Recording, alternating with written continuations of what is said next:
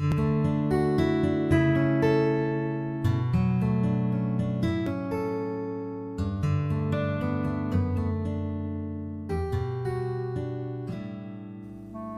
nga Martes karon mga kaigsuunan, petsa 8 sa bulan sa Nobyembre tuig 2022. Ang pagbasa tinutlo gikan sa Ebanghelyo sumala ni San Lucas, kapitulo 17, bersikulo 7 ngadto sa 10. Si Jesus mingon ngadto sa iyang mga tinun-an, pananglitan, adunay usa ka ninyo nga may sulugoon nga nagdaro o nag-atiman sa mga karnero. Inigabot niya gikan sa uma. Ingnon ba nimo siya? Pagdali diha, aron mukaon ka. Dili gayon. Imo hinuon siyang ingnon. Andama ang akong panihapon, ugon niya pagbakos og silbihi ako. Uban akong kaon, ikaw na usab.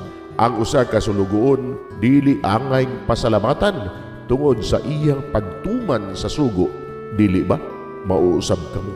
Kung nakabuhat na kamo sa tanan nga gisugo kaninyo, ingnan ninyo, mga sulugoon kami ug nagbuhat lamang sa among katungdanan.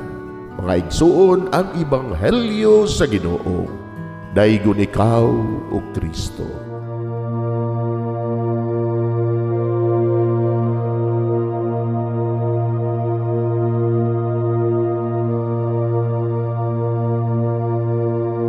Pagampo sa dili pa magsugod sa trabaho. Magampo kita sa ngalan samahan sa Anak ug sa Espiritu Santo. Amen. Langit no namong Amahan, sa among pagsulod nining trabahoan, among gidala ang imong presensya uban kanamo. Among gipamulong ang imong kalinaw, imong grasya, imong kaluoy ug ang imong perpektong hanay sa among mga trabaho. Among gipadayag ang imong gahom labaw sa tanan diha sa mga butang nga among mahimo, masulti, mahuna-unaan ug mahukman sulod nining adlaw. Ginoo, nagapasalamat kami sa gasa sa kinabuhi niining bagong adlaw, niining kahigayunan nga kami nakasulod sa trabaho ug mamahimong parte niining nga grupo. Salamat sa mga gasa nga imong gitugyan kanamo. Hamong gamiton kini diha sa pagimaya kanimo. Hatagi kami sa kusog ug kadasig sa pagbuhat sa among mga trabaho. Panalangini ang among mga proyekto, mga ideya ug kusog. Aron sa ingon, bisan sa pinakagamay namong mga kalampusan, magahatag kini sa imong himaya. Ubani kami Ginoo sa among pagtrabaho nining adlaw. Puna kini nga lugar sa inspirasyon ug kusog. Tabangi kami nga magtrabaho isip usa ka grupo nga mapakita sa usag-usa ang kamaayo. Himua kami nga maayo nga makabot namo ang mga butang nga kinahanglan namong buhaton. Himua kini nga lugar nga puno sa kalipay ug panagihigalaay. Ug kamugaway ug kalinaw ang mapatigbabaw niining dapita. Ginoo, kung kami anaa sa kalibog, giyahi kami. Kung kami muwadaan sa kadasig ug paglaom, dasiga kami.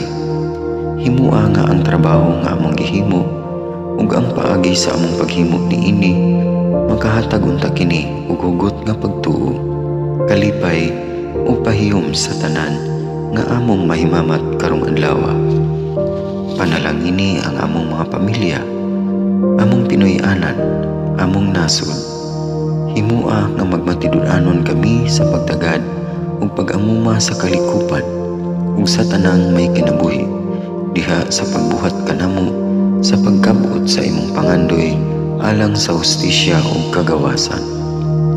Ug Ginoo, sa among pagbiya nining lugar, tagay kami sa imong panalangin ug kaluoy sa among pagbiyahe. Panalangini ang among mga pamilya ug Pinoy-anan nga anaon ta sa maayong kahimtang sama sa among pagbiya kanila.